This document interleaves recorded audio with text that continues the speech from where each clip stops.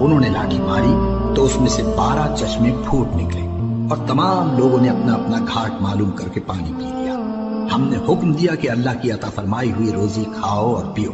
اور زمین میں فساد نہ کرتے پھرنا۔ اور جب تم نے کہا کہ موسیٰ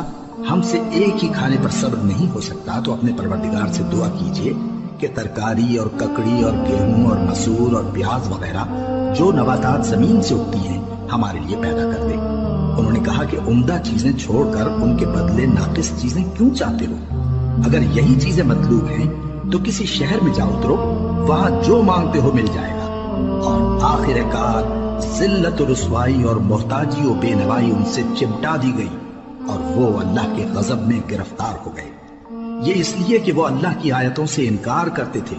اور اس کے نبیوں کو ناحق قتل کر دیتے تھے، یعنی اس لیے کہ نافرمانی کیے جاتے اور حد سے بڑھے جاتے تھے۔ جو لوگ مسلمان ہیں یا یہودی یا عیسائی یا ستارہ پرست،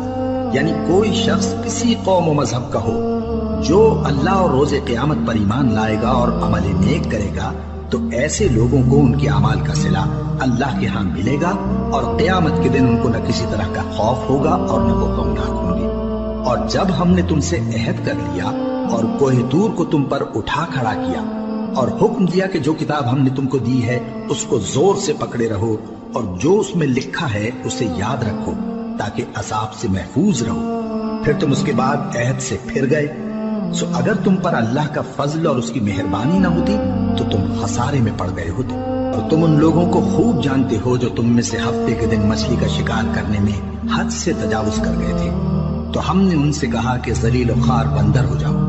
اور اس قصے کو اس وقت کے لوگوں کے لیے اور جو ان کے بعد آنے والے تھے عبرت اور پرہیزگار